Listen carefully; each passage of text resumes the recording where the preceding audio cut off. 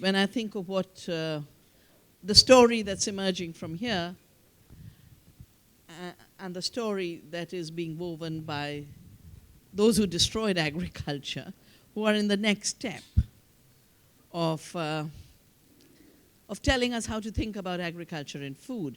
I was at a meeting earlier with Marina Silva, who used to be the Environment Minister of Brazil and had tried very hard to keep Brazil GMO-free. And someone mentioned in that small meeting in this little room that I thought Bill Gates, the worst he was doing was launching Agra in Africa, pushing geoengineering, being part of Climate Smart. But I found out a new thing about him today, that he has a big project, it's an education project, called The Big History. And it's basically about how his kind of people have solved all the problems of the world through their kind of science technology. Yeah? And he has actually financed a very, very big other program which he calls One Agriculture.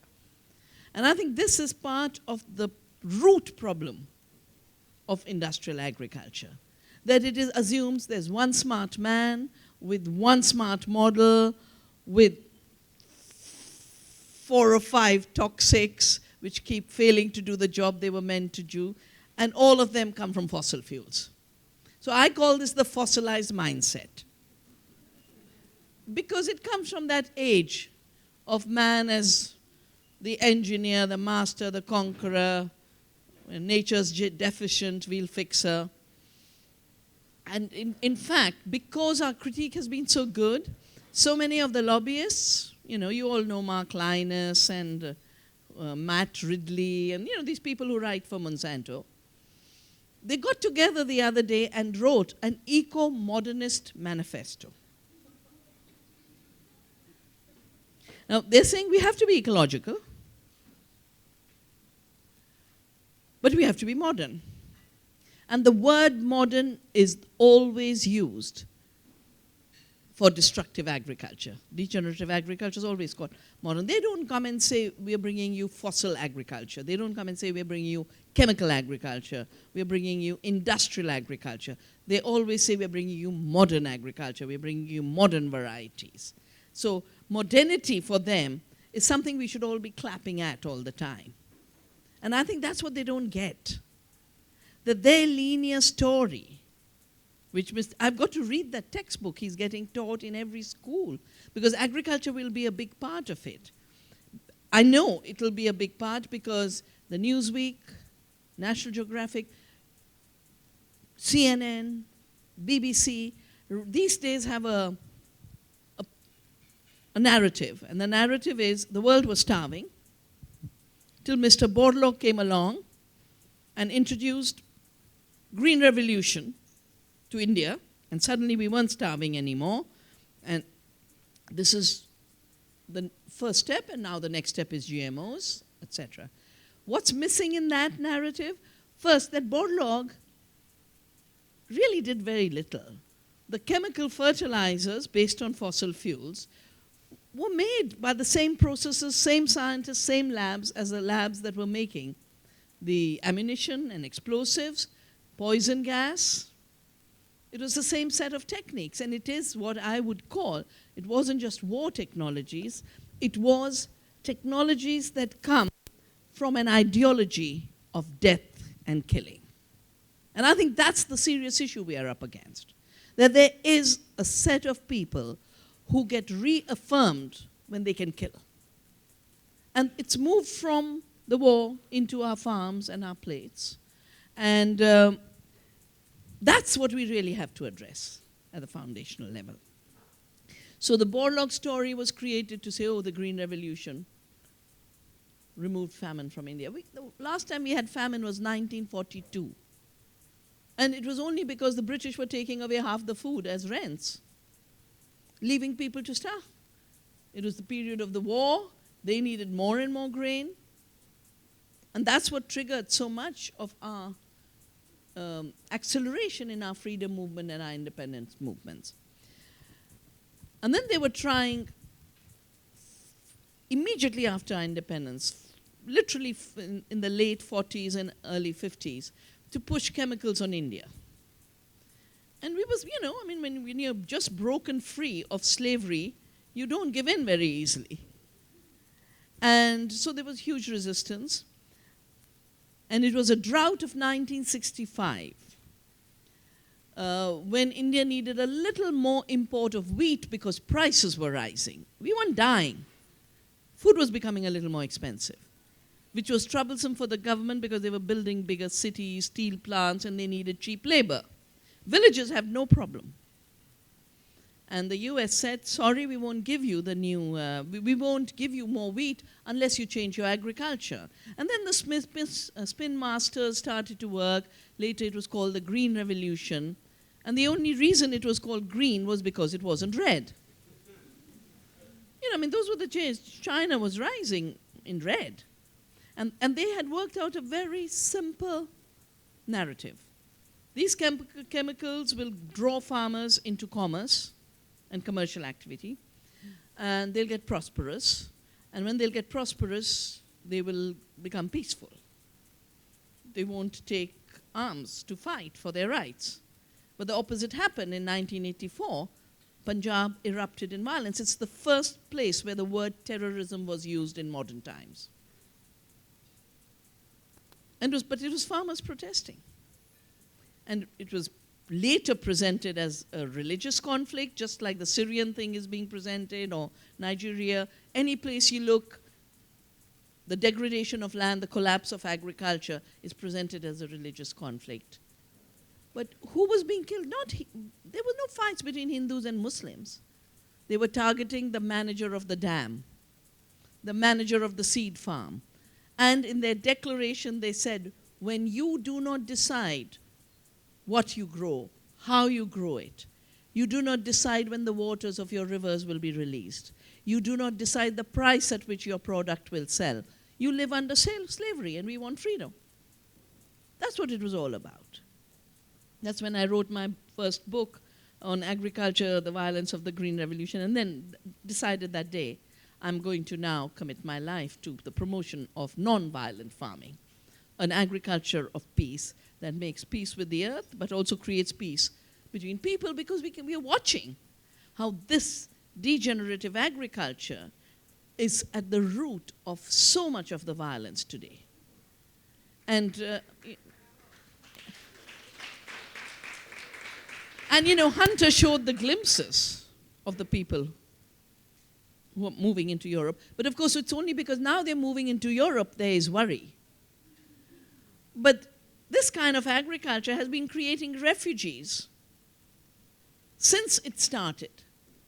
And urban slums are refugee camps. Why do the people leave their farms? Now, the three things that are very important to remember: they leave their farms because these chemicals and these seeds are costly to buy. And before you know it, you can't afford farming anymore if you're a small farmer.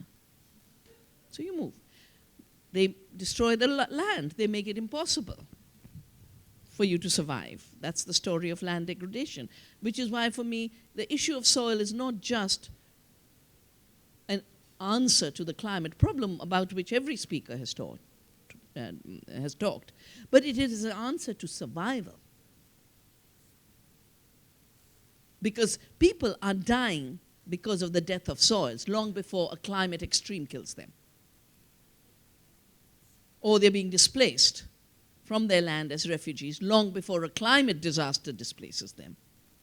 So, we're looking too much into what the future will do, when today living has been made absolutely unviable for societies that have sustained themselves over thousands of years. I watched this in very fertile parts of India. And then the third bit, which we usually ignore, is that all of this is based then on turning agriculture into commodity production, which by its nature must further degrade the soil, because all of the cycles that you've been seeing, Hans's presentation, Anders' presentation, of giving back to the earth, That has to be disrupted to extract more. And the nature of the plant has to be changed. So what was the Green Revolution? Take normal plants, which would give you lots of organic matter, and make them dwarfs so that they can take up more chemicals, and you have a scarcity of organic matter. Your cows have no food, there's no organic matter to return to the soil, and chemical fertilizers become inevitable because of the end of production of organic matter. But that cycle destroys the soil so fast and destroys the farmer, because in the industrial commodity producing cycle, while the farmers always told you'll earn more, you'll earn more, you'll earn more, farmers are losing everything. My assessments show that 1% goes to the farmer. Whatever you pay, it could be coffee, it could be corn, it could be cotton, it could be potato. The big money and the whole structure of industrial agriculture and globalization are like a vacuum pump, taking wealth out of the villages and the rural areas and farmlands and putting it in the hands of those who don't farm. All they do is either trade. Cargill only trades, biggest grain trader of the world, controls rules of agriculture, or a Monsanto, which does no breeding, didn't know anything about seed till 20 years ago, but takes a patent and intellectual property rights and sits back like a landlord. But now they're life lords, and the money keeps flowing. The money keeps flowing. And which is the reason I focus so much on the seed issue and not recognizing patents on seed. And you can all go to the Seed Freedom.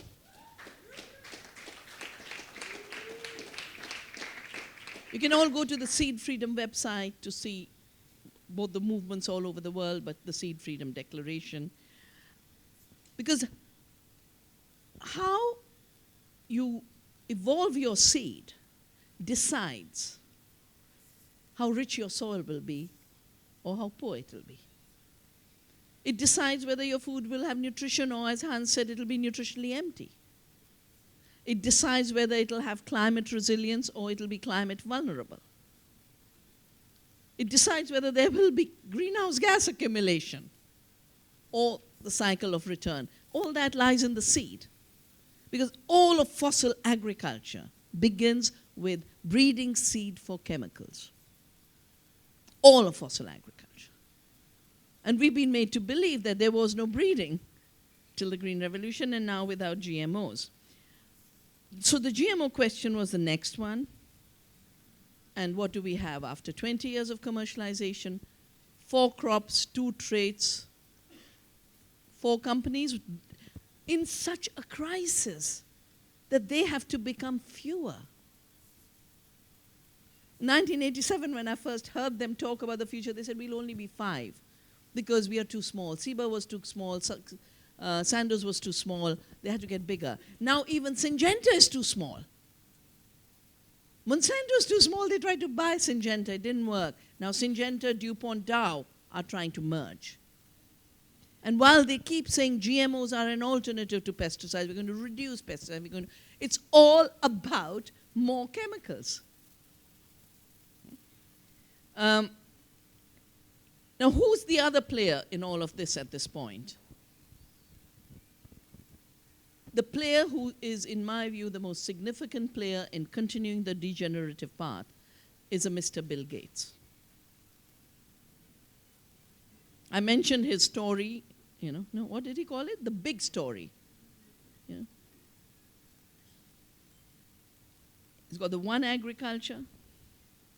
He's the one who joined up with Mr. Slim of Mexico to work out ways in which information technologies, biotechnologies, all merge into one system of control. So it is when they talk technology, they're trying to blind your mind into not looking at the control factor. The other day someone said to me, but are you against technology? I said, how can I be against technology? I evaluate technology. I can be against particular tools that are stupid, like the golden rice or the GM banana, BT eggplant, thousands of % less than the biodiversity we can use. Or herbicide tolerant and BT crops, stupid because they're not doing the job they were meant for. They're stupid and dangerous together. I think what we have to look at right now is this system that can only think of control and war and death is trying to use the climate discussion to appropriate even more power over the food system. And why do they focus so much on food? Because they know everyone must eat. You know? You run out of money, you're going to not buy a car. You lose your job, you won't buy the fashion clothing. But no matter how poor you are, you'll need food. And so they've seen this as a very big, sustainable market. And the more you can sell linked to that food, the more your power. And so, in effect, food has become a carrier of fossil fuels. That's why when I wrote Soil Not Oil, I had a section in it called Eating Oil. We are eating oil. And yes, the work we're doing on the whole soil issue linked to carbon and climate is important, but I think it's so important to link the soil issue to the health of people. Because, you know, most people can't even imagine what farming is like. Most people know there's food, they must eat it. Most food has gone so bad, and the data now, I mean, I've just launched a new campaign of linking villages and cities because $300 billion is what India is spending on cancer. There's a cancer train that leaves Punjab. One village outside Delhi has 100 patients, all because of the toxics that come with agriculture. So we are talking about really many, not just storms, it's worse what's happening. Between the refugee crisis and the uprooting, between the health crisis,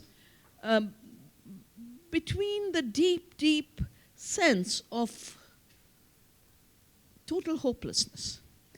And so for me, the reason this work is so important is because we are not just cultivating food in a way that we enrich the soil with carbon. We are not just cultivating food in a way that we increase water capacity, as Andre showed so clearly. We are growing more food and better food. And we did an assessment of Navdania's farms, 200 of them, and we've decided to not measure yield per acre, which is a trick. Because what does yield measure? A monoculture commodity that leaves the land. It is a clear way to never see what goes back to the soil. So it's a clear way to be blind to the nutrition cycle or the hydrological cycle. So we measure two indicators that make more sense. One is nutrition per acre and health per acre, and we could feed 2 Indias. We can feed 2 times the world population by conserving biodiversity, intensifying its use, all the ecological functions that were there in Hans's presentation, taking back the functions of soil fertility, pest control, weed control from business, the toxic fossil chemical business, put it with nature, and be co-creators. And the other one we evolved is wealth per acre.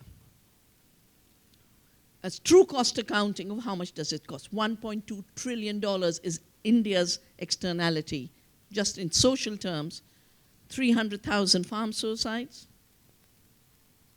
and damage to every aspect of every ecosystem. And we haven't even taken health into account. I think if we took health into account, we'd have a 2 trillion figure for India. I think it's underestimated.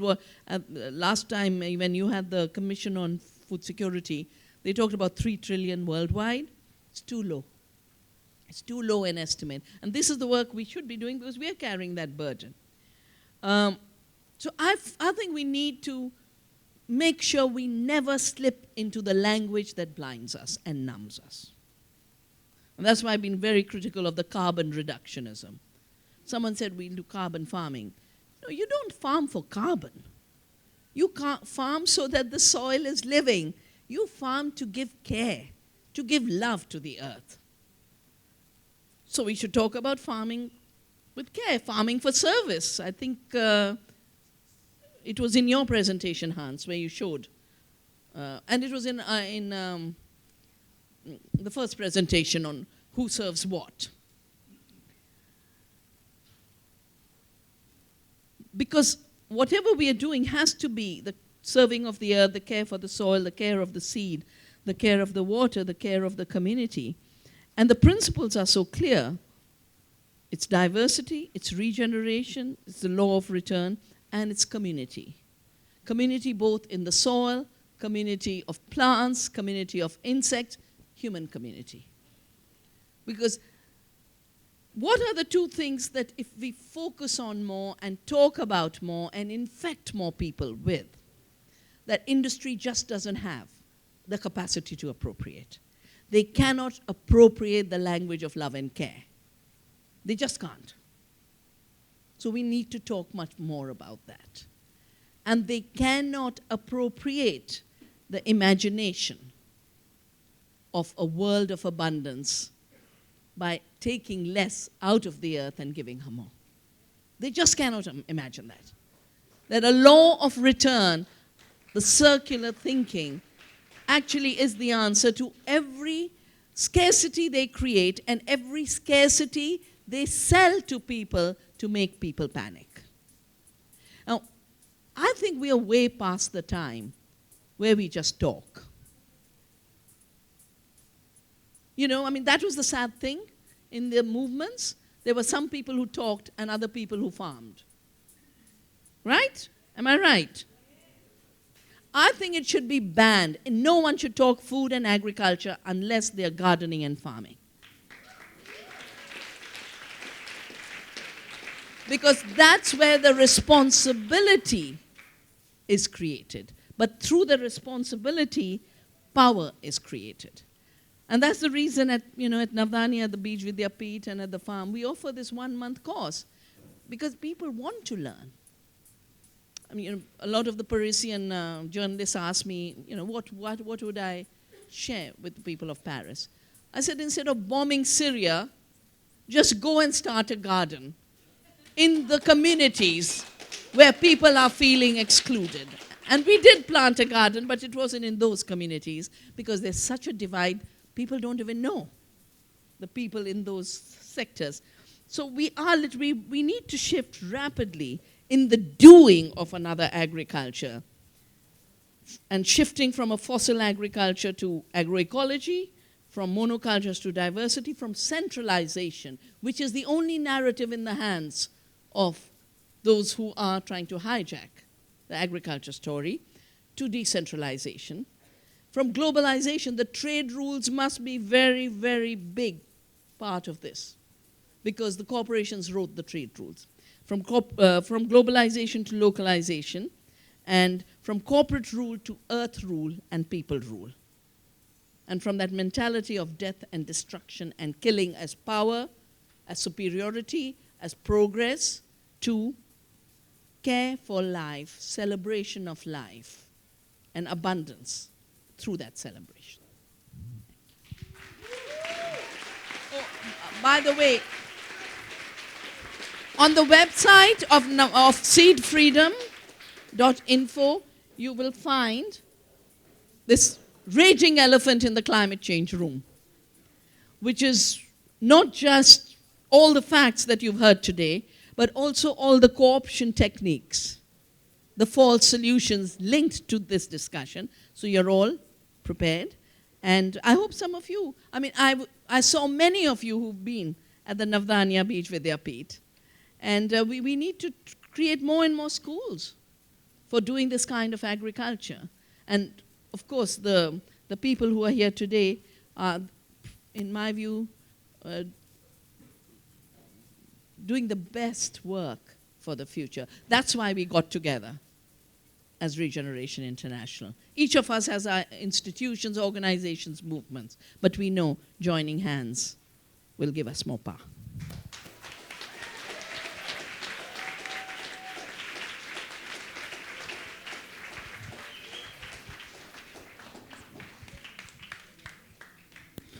Thank you, Vandana. The next speaker is Will Allen. Will Allen is, he comes out of the 60s radical movement, just like I do. Will is the co-founder of Cedar Circle Farm in Vermont. He's the author of the book, The War on Bugs, which is the definitive book on how farmers were brainwashed into starting to use toxic chemicals. And Will and Kate, his partner, were ringleaders in Vermont in 2014 when Vermont became the first state in the United States to require genetically engineered foods to be labeled, which has sent Monsanto and Big Ag into a panic. So Will is going to be also the one of the leaders of the 2016 the beginning of the great boycott against factory farm foods, our Dirty Dairy campaign, which we hope all of you will join in on all over the world. So take it away, Will.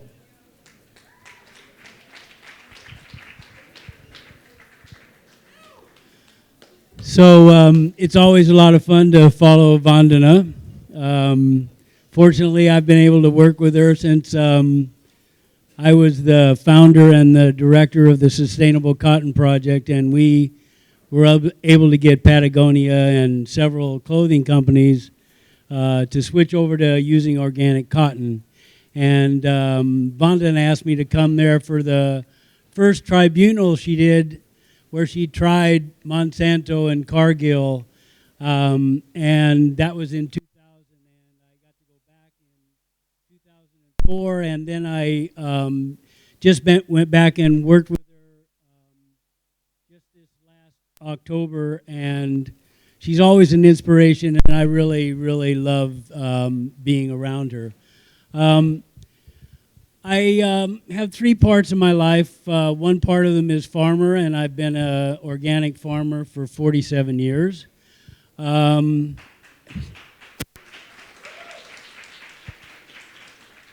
Never sprayed a chemical in all those 47 years, and didn't ever need to. Have gotten bumper crops, beautiful crops, and you can go on our website, which is www.cedarcirclefarm.org, and you can see our farm, and you can see that the products that we produce are much more beautiful than the toxic chemical products that are common in your supermarkets.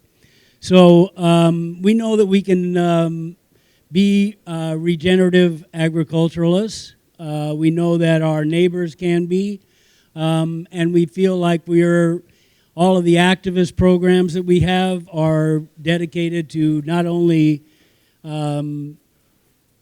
showing people that you can actually do this, but also showing people that the agriculture that provides most of the food that most of our people eat is degenerative. So there are three parts of my life. One is ag, like I say. The second is I'm an author, and I wrote the War on Bugs book because there hadn't been a history of how people started using these chemicals. And when I was running the Cotton Project, we would give these bus tours of cotton country, which were like show and tell, because most people don't know agriculture at all. And so we gave bus tours to the chemical companies and to the legislators and to the academics to try to show them what cotton was really like. And people on the bus would get sprayed with pesticides because there would be 9 airplanes in the air at a time defoliating cotton so that they could harvest it.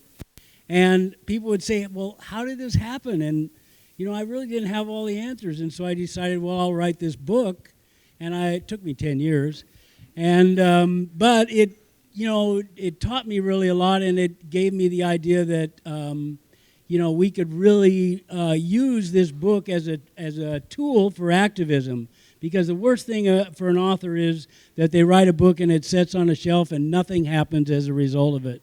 And so that was, I still keep writing, and I just finished an article called From Malthus to Monsanto to Bill Gates. And what it does is it details this long history of how we have been seduced as farmers by one silver bullet after another that they said was going to cure hunger. But each one of those silver bullets, the silver and we got the bullets.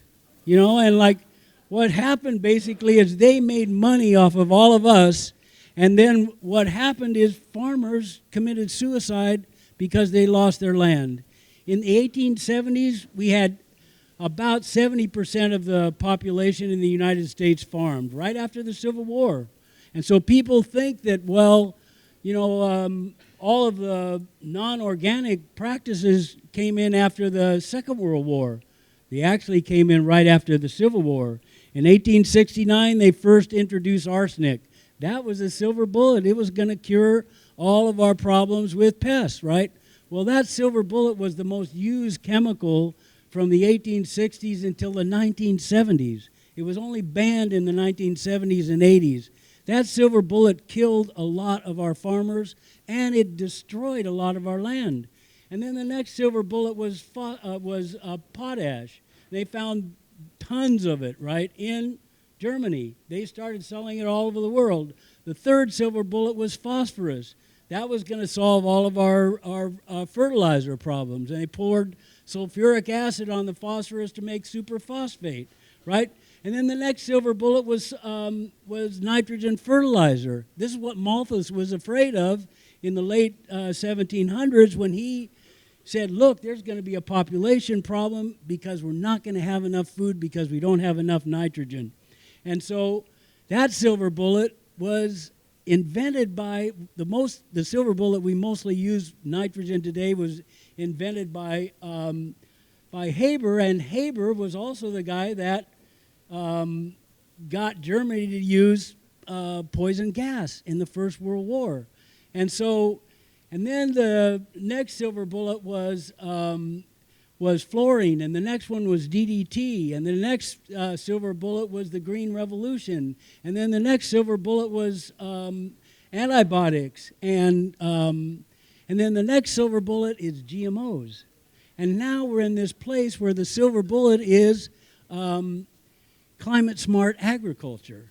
And like Vandana, coined this term when we were in India, it's not climate-smart agriculture, it's climate-stupid agriculture.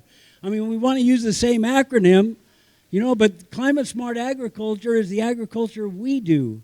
Climate-stupid agriculture is the agriculture that they do.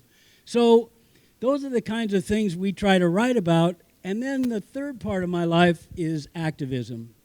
And we've been fortunate to be successful with the Sustainable Cotton Project.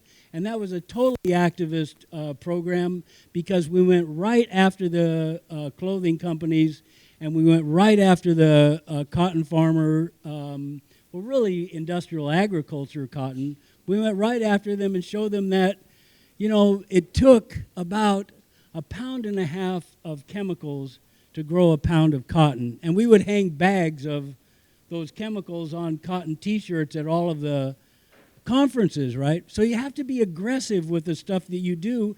And the way we were able to do that is we mined the pesticide use reports from California. So now we're in this program, and we were successful in the Vermont program on getting labeling because we did our homework.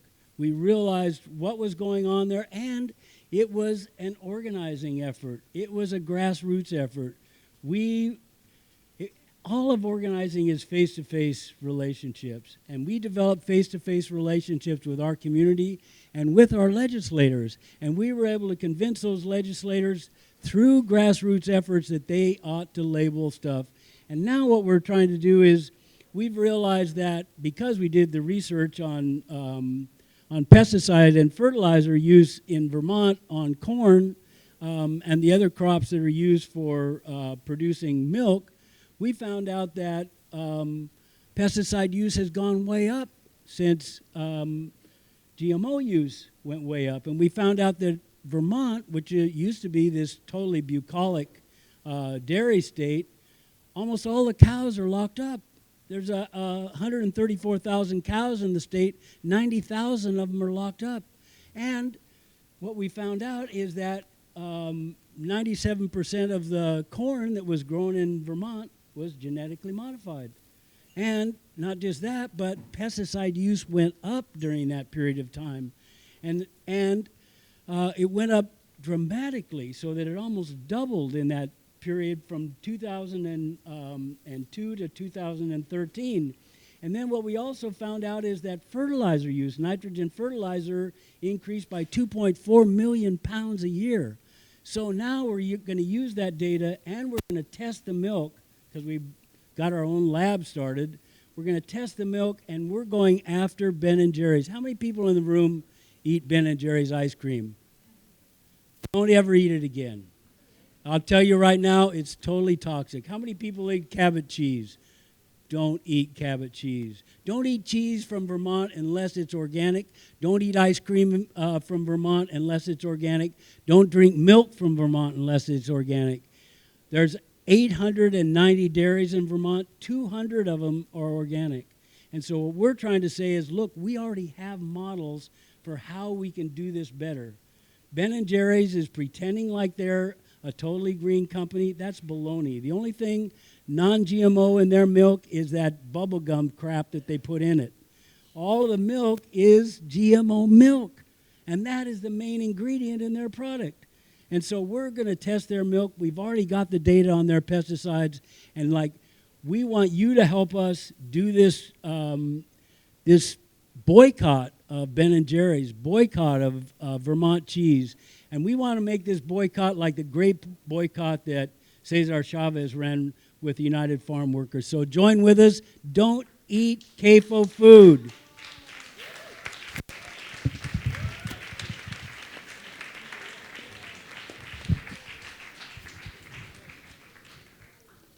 Our next speaker is from Mother Africa, where many of our ancestors came from.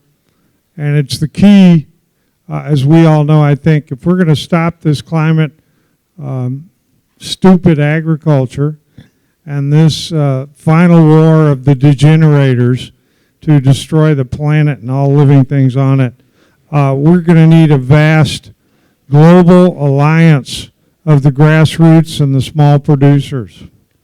And Precious is our coordinator for Regeneration International in Africa. She worked for 9 years as an organizer for the Savory Institute. She's an expert on holistic management and a trainer for communities in Africa how to go regenerative.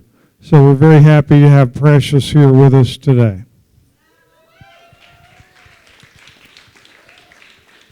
Thank you. Good evening. I'm going to go straight into it. So I'm from Zimbabwe, where we are also saying we are joining with the rest of the world to reverse climate change. It takes small communities in their localities to do what they can with the knowledge that they have. So if we look at that cloud, it is full of rain. But the question is, when it rains, where does the water go? Is our soil ready? Is our land ready to receive and make use of the rain? Most of the times, when it rains, even in Zimbabwe and everywhere, that's most how land is. You lose water, you lose carbon. Water is lost through evaporation and overflooding, which we call flash flooding, because the ground is not ready.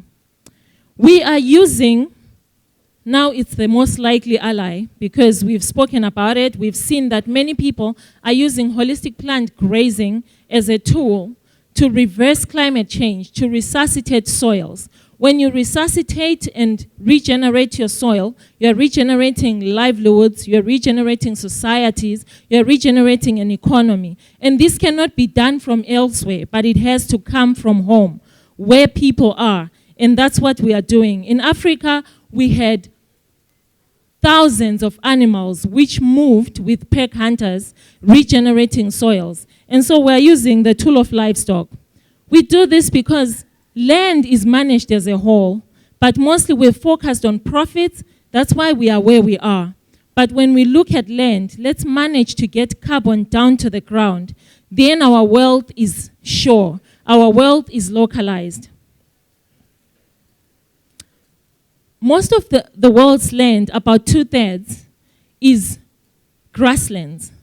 And I come from a seasonal rainfall area, which is what we call brittle environment. And our grasses need to be grazed. They need to go through a biological decay when it's not raining. And that's why the tool of holistic plant grazing is important to us. The predator-prey relationship, that's something that I'll explain to you briefly.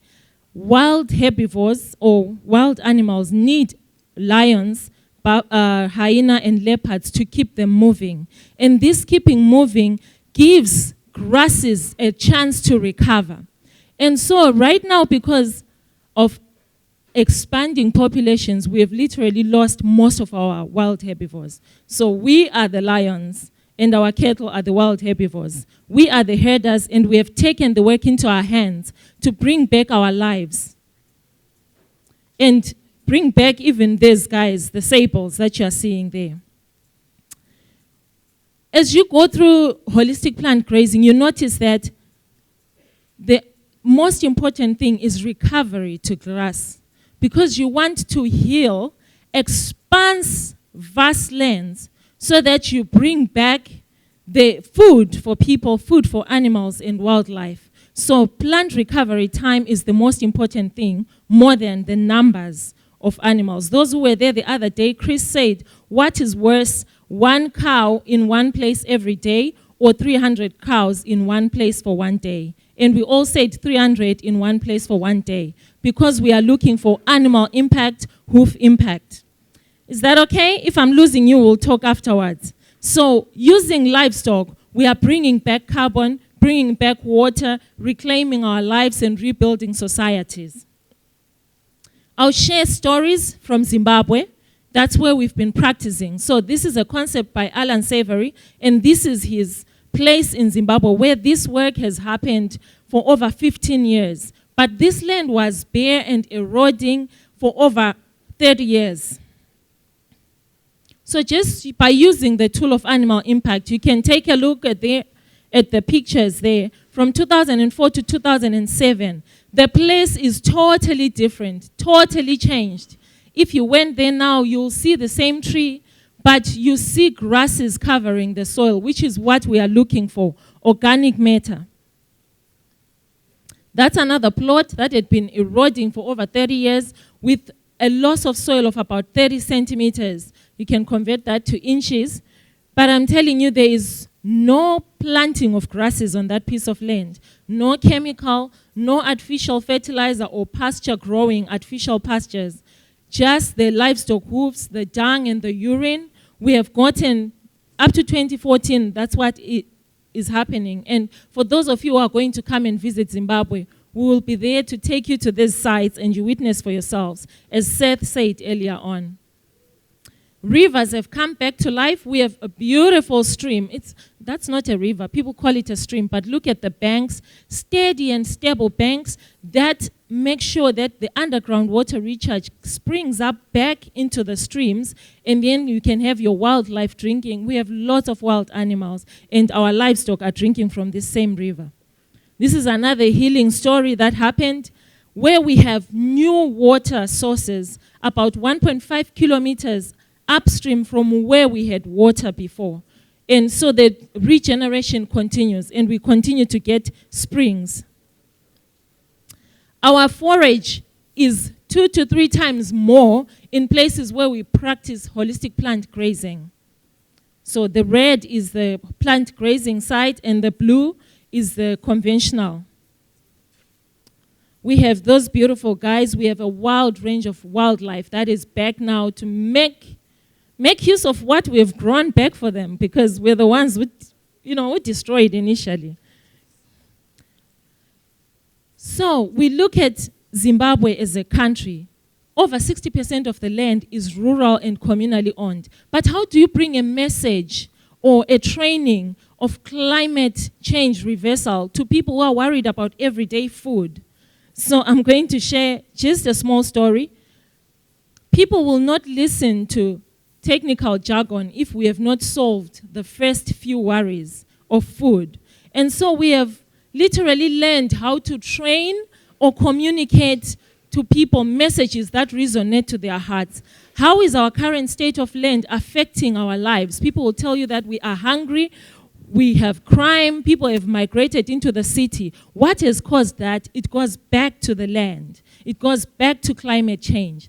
And these two things here is what we call the problem tree and the solution tree. What is the problem and what are the solutions that we want to apply? And we have seen people working together, addressing first the food issue. We want food on our tables, using our own seeds, our own animals as organic manure.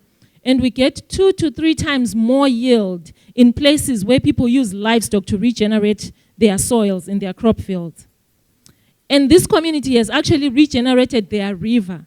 It's a big thing because when you get there, rivers have huge gullies that are looking hopeless. But to see plants and water at the end of the year, which is the peak of the dry season, is a miracle on its own. And so we are working every day, joining you guys globally to move from a degenerated climate to a regenerated climate and generation. Thank you.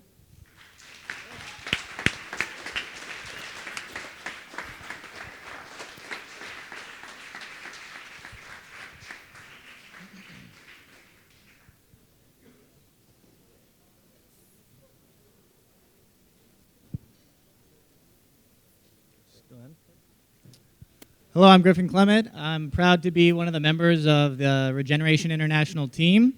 And tonight I have the honor of introducing a man who needs no introduction.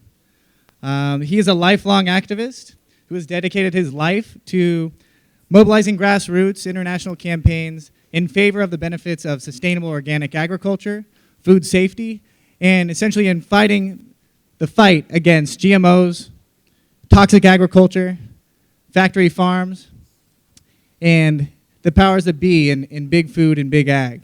And I would like to first thank him for essentially opening my eyes to the power of sustainable organic agriculture to cool the planet and feed the world. I first came across him as he was international director and overseeing the Organica, the Mexican affiliate of the Organic Consumers Association in the United States. And without further ado, I'd like to introduce Ronnie Cummins, the international director of the Organic Consumers Association, Regeneration International, and the Organica. Well, thanks a lot. It's hard to follow all these great speakers, and I know people are a little weary, so my job's usually to try to raise the temperature a little bit in the room.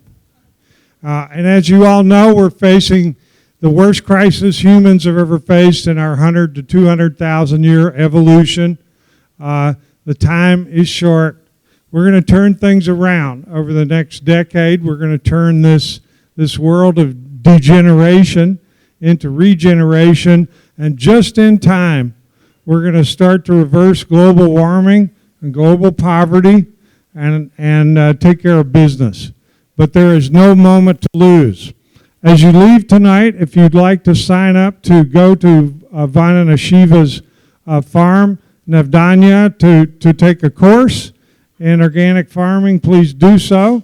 If you'd like to sign up to become a part of a working group in your country or for Regeneration International, please do that as well.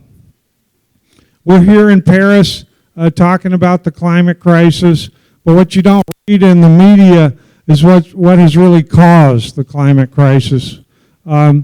If you look at the real source of greenhouse gas emissions that have blanketed the atmosphere and that are choking the ocean, 15 to 20% come from the fossil fuel use on farms directly. The fossil fuels that are used to make pesticides and fertilizers, the fossil fuels that run our tractors, and so on and so forth. That's the figure you usually hear. Agriculture causes 15% of global warming. What you don't hear is that whacking down the tropical rainforests, draining the wetlands, destroying the mangroves, burning up the peat bogs, well, that's another 15 to 20%. And it's directly related to an out-of-control food and farming and land use system. It's so strange that people talk about the contribution of agriculture to global warming as if it's somehow disconnected from the food that we eat. But if you